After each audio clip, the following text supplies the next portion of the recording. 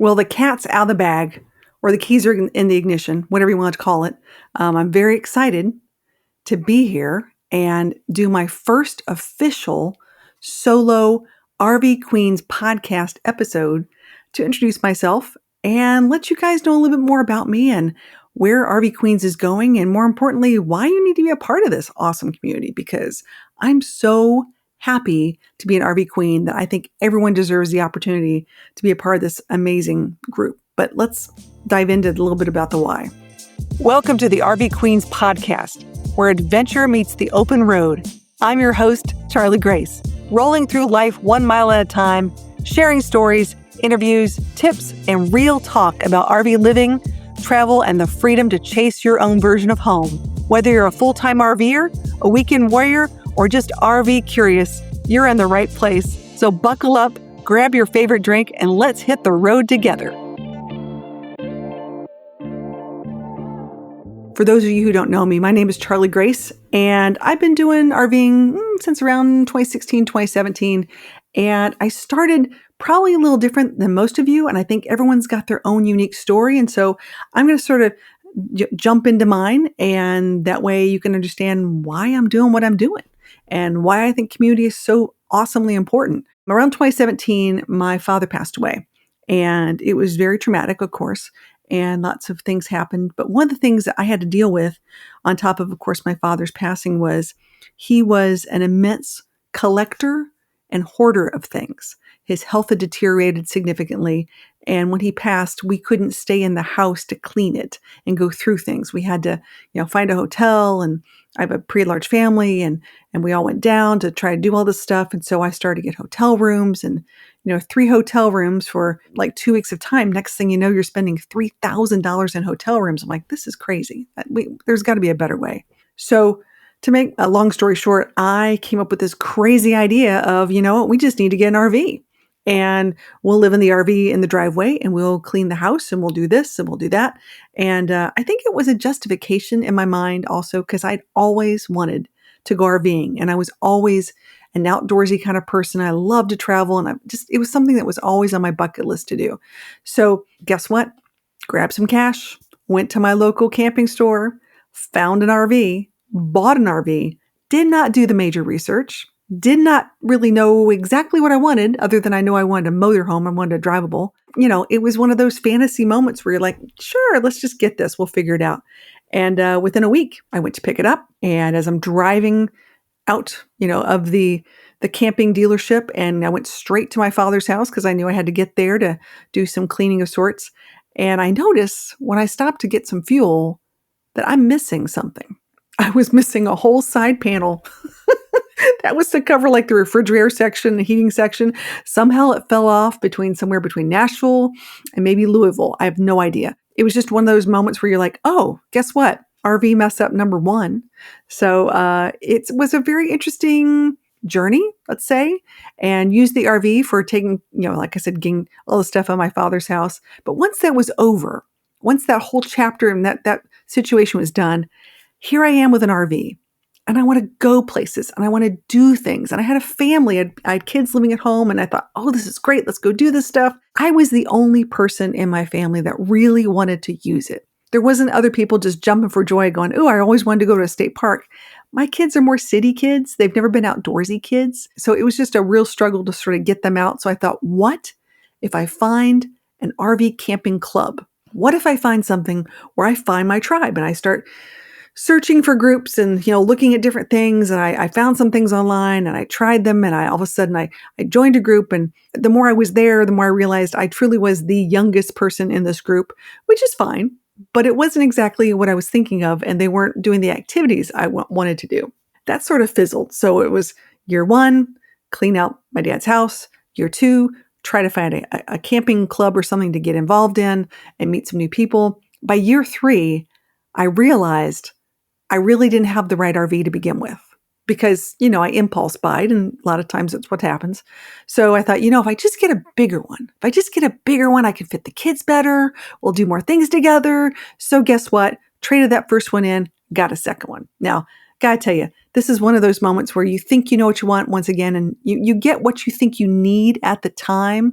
And we can talk about sales. Oh my gosh, we can talk about RV sales till the cows come home. I got so many stories. But traded in, got the second one. Now, it was a 30-foot Class C. Really loved it. Did a lot of great places, took the kids. They were, teenagers. That was really where we were, like junior high to high school kind of thing. And had a nice time. However, as I got older, they really didn't want to go. And more importantly, they got jobs, so they've got to be home for jobs. They've got to do stuff. And that consistency is really important. So I wasn't living on the road full time.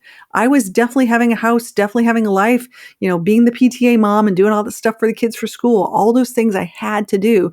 I was living for the weekends. I was a weekend warrior, like many other RVers out there in the United States and Canada. We were out there camping on the weekends and then driving back home, unloading everything, and going back to our normal everyday week. So when my youngest was getting into high school and I realized that it was never going to happen, I thought, you know what? I'm going to get a new RV. So this is RV number 3. And instead I got a van. I got a camper van because I thought no one's going to go with me now. What's the point of having this huge RV? No one's going to go with me. And that way I can go see the kids now who are going into college. It'll be a little easier to drive around. And more importantly, through this whole process, I've always had a dog. So when I got the first one, I had a little teeny tiny Chihuahua. Her name was Miss Precious. She came pre-named. I didn't name her. And it was her, I call it expensive doghouse on wheels. She passed away shortly thereafter. And the next thing you know, we had Rosie. And here's Rosie now. Rosie's always known RV and always been riding around with us doing things. I had to make sure that every RV I went into was what I call not only dog proof, but dog friendly. And most people who have RVs also have pets. So it makes a lot of sense that I would, look for something for her that's comfortable and air conditioned and temperature controlled and safe and all those kind of great things. So with this camper van, I thought, what a perfect thing for me and Rosie to travel and go see our friends and do things with. I love the van. Needless to say, I had the van for 3 years. See a pattern here? Are you seeing a pattern? I was at an RV show. As with most things that happen at RV shows, you see the latest and greatest and you start dreaming and thinking about different things. And I realized what my travel lifestyle is like, what I really need, and what my family needed too, if I had to take a kid with me or do something and that sort of thing. And I fell in love with this Winnebago Echo on a Sprinter chassis floor plan. I loved it. I thought, this is great. I have a son who's super tall, over 6'5". He could stand up in it without a problem. That's amazing. It wasn't massively big like the big RVs. It really was, honestly, a box van. I mean, that's what it was a box van. I thought, okay, it's the first time I'd ever have a Sprinter chassis. I thought, okay, here's a learning experience. All my van life friends have all these cool Sprinters. Maybe I could try this out and see how it works. I am now, 15 months into having this box van, and I'm loving it. I have traveled all over the country in this, just about. I haven't gone to the Pacific Northwest yet, or the far reaches of the Northeast and Maine. That's on my list. But I've had a blast with this box van. Every single RV has been very different, and I've used it for very different purposes. But at the end of the day, the people I met along the way, I purposely made a decision to go to different kinds of meetups, different types of groups of all over people over the country, of people I met, maybe YouTubers or things of interest, whether it be festivals like Schoolie Swarm or overlanding events or things like that. And I would meet people there. And from those events, I then started to actually, find a community and find some things. But what I was really missing, I know this sounds a little cliche, but I was really missing my girlies. Like, where are my ladies? Where are my amazing, rocking it, working it, doing the best, they can of entrepreneurship and holding a job and remote working and that sort of thing. Where are those ladies? Because that was me. I was looking for me, more of me out in the travel world, because here I am. I'm remote working, talking to different things. And now I'm becoming a YouTuber, and all of this, I'm becoming a YouTuber at the ssame time, not thinking about how that's going to impact everything else. But my thought was, if I shared my story of everything that I was going through, from travel to all the blunders, and boy, there was a lot of blunders, and all the mishaps and all the repairs and all the things out there as a solo woman, I thought that might give someone some encouragement or inspiration, or at least an idea that they're not alone. And I think that's what this is all about. So when I found RV Queens and I met Kate, we started talking about this. I said, I'm really, really excited to find more amazing women out there traveling, working, creating, inspiring, just doing amazing things on the road, whether it be solo women, women and families, women who are at different ages and stages of their entire life, whether you're retired or maybe you're retired and you're building something new again. How exciting is that? So I was so honored and happy when we struck up this friendship and started talking about things. And I admire people who can put themselves out there like that. And I thought, you know what? That's sort of what I'm doing too, though. I'm putting myself out there because I'm more than happy to share my story with people and answer questions. And this year, I've been at 23 events that I publicly spoke at about solo women traveling, people traveling with pets, essentially sharing my experience and giving tips and hacks all over the United States. What better way than to add to that by being a part and really helping to promote and also expand RV Queens? I'm so excited. So this is going to be one of those things I think we're going to grow on. We're going to do more events together. Some big changes coming up. We're always going to do for our platinum members, we're always going to do our Marco Polo circles, but we're also going to add some written chats for those people like me who may not have time to go through. As you can hear, that's my lovely travel partner, Rosie, back here shaking. She likes to be a part of everything. But we're going to add some different things for people who might not have as much time to go through Marco Polo. People who are working and they're like, I really want to be a part of this group, but I'm just used to texting. We're going to add some, WhatsApp chats and some other things. So we want to make sure that we're really able to accommodate every woman that wants to be a part of this. That's number one. Number two, we're going to have events.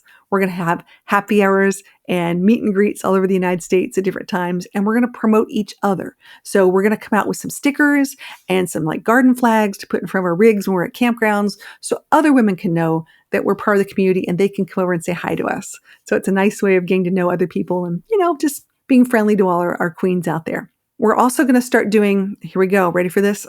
Some educational learning moments that we want to share. We've always had amazing women come on the podcast and share their stories and give us tips and things that they're learning about. But we're going to start recording these in a different way. So maybe we can learn as we start businesses and grow for people who are entrepreneurs out there. What are the steps?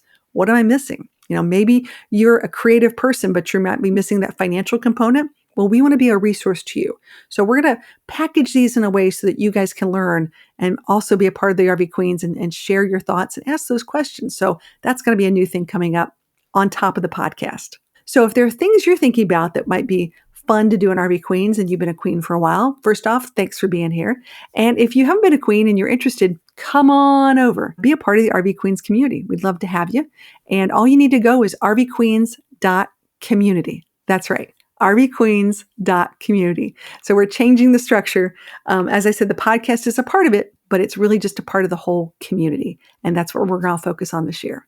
Until next time, I appreciate everyone here. Thanks for listening. Safe travels and happy trails. Thanks for tuning into the RV Queens podcast. I hope you found inspiration for your next adventure, on or off the road. Don't forget to subscribe, leave a review, and connect with us on social media at RV Queens Community for behind-the-scenes stories and travel tips. Until next time, keep your wheels turning and your spirit wild. We'll see you down the road.